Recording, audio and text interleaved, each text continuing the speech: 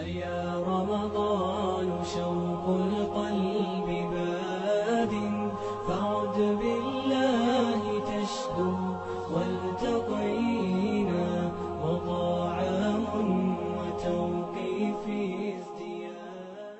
پھر اللہ نے ایک اور فضیلت رکھی رمضان کی، جو رمضان میں مرتا ہے اس کا حساب کوئی نہیں، اس کا حساب چل بھائی چھٹی کر. ایک آدمی کہنے لگا تو کیا رمضان کے بعد پھر شروع ہوتا ہے؟ میں نے کہا اللہ جیسا کریم شہنشاہ وہ ایسا نہیں ہے کہ ایک دفعہ معاف کر کے آکے چل ہوں دوبارہ آ جائے.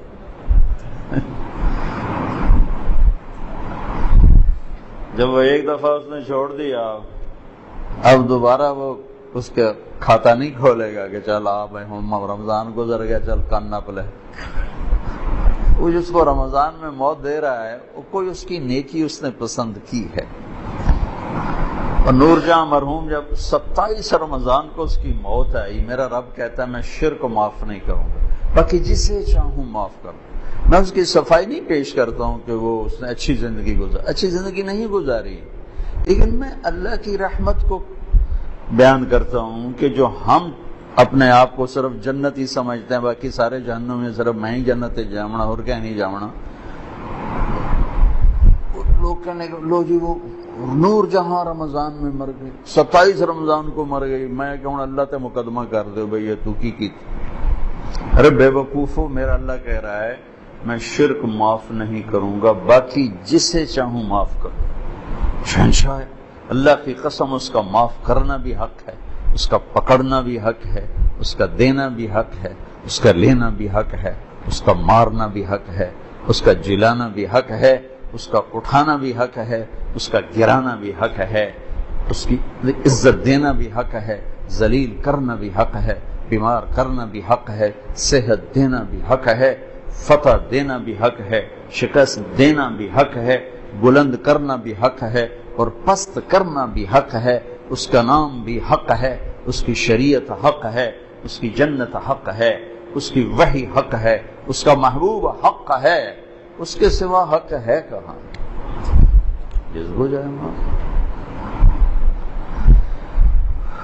نور جہاں کا جرم تو تھوڑا تھا، گاتی رہی. وہ جو 100 آدمیوں کو قتل کرنے والوں کو اللہ نے کہا جاؤ میں نے معاف کیا. بخاری شریف کی روایت، 100 آدمیوں کا قاتل کر جاؤ معاف.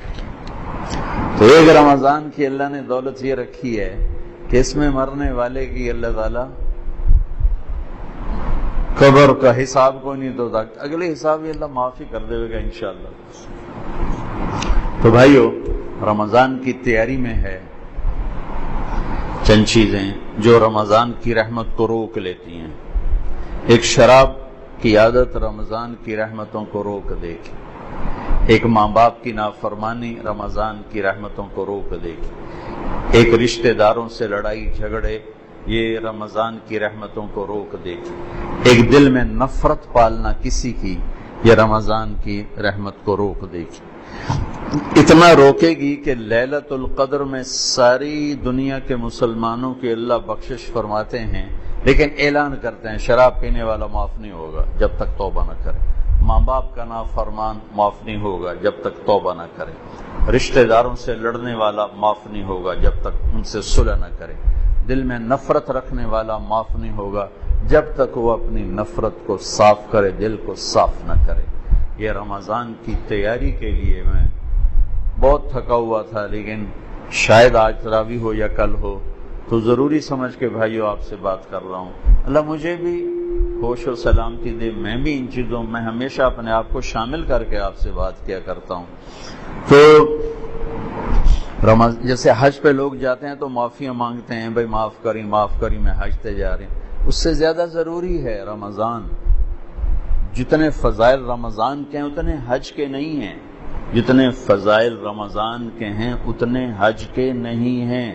لوگ حج پہ جانے سے پہلے معافی مانگتے ہیں. ارے میرے بھائیو رمضان آنے سے پہلے اگر میں اور آپ کسی سے لڑے ہوئے ہیں اللہ کے واسطے صلح کر لیں. خاص طور پر قریبی رشتہ ہے صلح کر لیں. خاص طور پہ والدین، بیوی ہے، بہن بھائی ہیں، رشتہ دار ہیں، صلح کر لیں.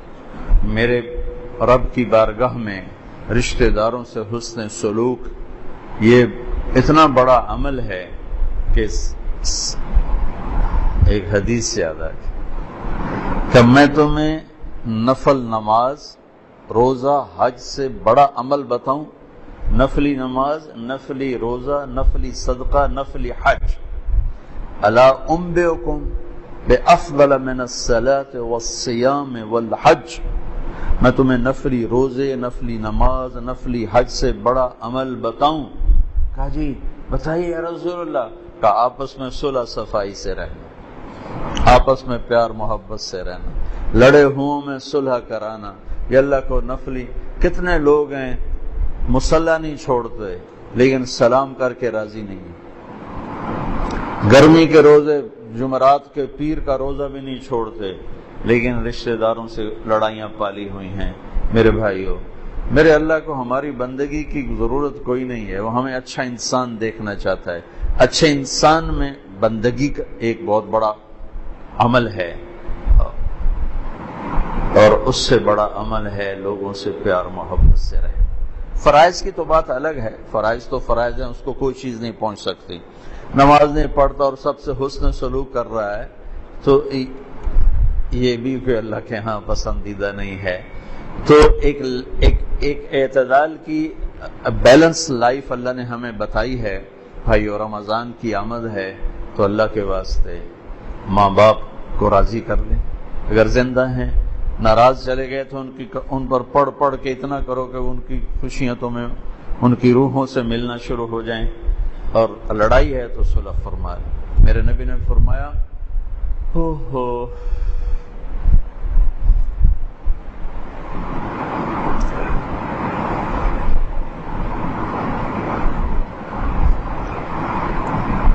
میری ماں ہوتی، میں عشاء کی نماز کے مصلی پہ سورۃ فاتحہ پڑھ رہا ہوتا اور میرے گھر سے آواز آتی محمد، تو میں نماز توڑ دیتا، فرض نماز کا میں نماز توڑ دیتا۔ اور جب آخری رات ہوتی ہے تو اللہ تعالیٰ فرماتے ہیں میرے بندوں کے دن کے روزے اور رات کی نماز پر میں نے سب کی بخشش فرما دی۔ انطلقوا مغفورا لکم، جاؤ میں نے تمہیں معاف کیا، تمہارے سب اللہ تعالیٰ نے بخش دیے۔ یہ رمضان کی برکت سے اللہ نے اس امت کو یہ دولت نصیب فرمائی، جو پہلے امتوں کو یہ دولت نصیب نہیں تھی۔ ان کا روزہ بھی مشکل تھا اور ان کا اجر بھی ایسا نہیں تھا کہ جنت مزین کی جا رہی ہو اور مخلوق دعا کر رہی ہو اور شیطان قید ہو جائیں اور جنت کے دروازے کھل جائیں اور جہنم کے دروازے بند ہو جائیں، اور اللہ تعالیٰ روزانہ جنت کو تیار کرے کہ میرے بندے آ رہے ہیں، تو تیار ہو جا، میرے بندے آ رہے ہیں۔ یہ اس امت کے لیے یہ دولت رکھی گئی، اور اللہ کو ہماری بھوک پیاس نہیں چاہیے، یہ ہر عمل ہمارے فائدے کے لیے، ہر عمل ہمارے فائدے کے لیے۔ اور اللہ تعالیٰ نے اس روزے کو عجیب طرح اس کی فضیلت بیان کی ہے۔ نماز کا بدلہ جنت، حج کا بدلہ جنت، زکوٰۃ کا بدلہ جنت، ذکر کا بدلہ جنت، تلاوت کا بدلہ جنت، تبلیغ کا بدلہ جنت، تہجد کا بدلہ جنت، صلہ رحمی کا بدلہ جنت، سخاوت کا بدلہ جنت، معاف کرنے کا بدلہ جنت، تواضع کا بدلہ جنت، جھک جانے کا بدلہ جنت، محبت کا بدلہ جنت، ایثار کا بدلہ جنت، قربانی کا بدلہ جنت، قرآن کی تلاوت کا بدلہ جنت، تنہائی میں ذکر کا بدلہ جنت، سارے اعمال کا بدلہ جنت۔ اور روزہ، اللہ نے کہا روزے کا بدلہ تمہارا رب خود ہے، تمہیں اللہ ملے گا۔ جب اللہ ملے گا تو سب کچھ ملے گا۔ ہارون کی ایک باندی تھی، اس کا نام تھا خالصہ، ذرا سانولی سی تھی۔ ہارون کی 3000 باندیاں تھیں، ایک سے ایک بڑھ کر حسین تھی۔ وہ خالصہ کو ذرا ترجیح، پروٹوکول دیتا تھا، تو باقی حیران ہوتے تھے کہ یہ ایویں بھیڑی جائی نو کیویں ایڈا سر تے چاڑی ودا۔ تو ایک دن دربار تھا تو ہارون نے کہا جو جس پہ ہاتھ رکھے گا اس کی. تو لوگ بھاگے دوڑے، کوئی ادھر کوئی ادھر کوئی ادھر، اے میری اے میری اے میری اے میری. وہ خالصہ کھڑی رہی تو ہارون نے کہا تو نے کوئی نہیں پسند کیا. کہنے لگی مجھے ضمانت چاہیے، جسے پسند کروں وہ پھر میرا ہی ہو. ہاں ہاں ہم نے اعلان کر دیا ہے. تو اس نے جا کے ہارون کے کندھے پہ ہاتھ رکھ دیا. انہوں نے کہا تو لب گیا تھا ہر شے لب گئے تھے، کملے آن کوئی ایدے بجے کوئی ایدے بجے، جن تو لب ہے ہر شے لب گئی. تو میں اللہ پہ قربان جاؤں گا، تو تم روزہ رکھو میں تمہیں مل جاؤں گا، میں مل جاؤں گا. اگر اللہ مل گیا تو پیچھے کیا رہ گیا؟ ان وجدتنی وجدت کل شیء وان فتنی فاتک کل شیء وانا خیر لک من کل شیء. میرا بندہ میری طلب میں آ، میں ملوں گا تجھے سب ملے گا، میں نہ ملا کچھ نہ کچھ نہ. اللہ کو پا کے اللہ کی قسم کچھ نہیں کھویا، اور اللہ کو کھو کے اللہ کی قسم کچھ نہیں پایا. ساری دھرتی سونے چاندی کی بن جائے اور تمہارے سامنے غلام ہو کر قدموں میں آ پڑے اور اللہ تم سے دور ہو گیا تو کچھ نہیں پایا. اللہ ہمیں آزمائش سے بچائے، عافیت سے اپنا ساتھ نصیب فرمائے. مثال کی بات کر رہا ہوں، سب کچھ کھو دیا، سب کچھ کھو دیا.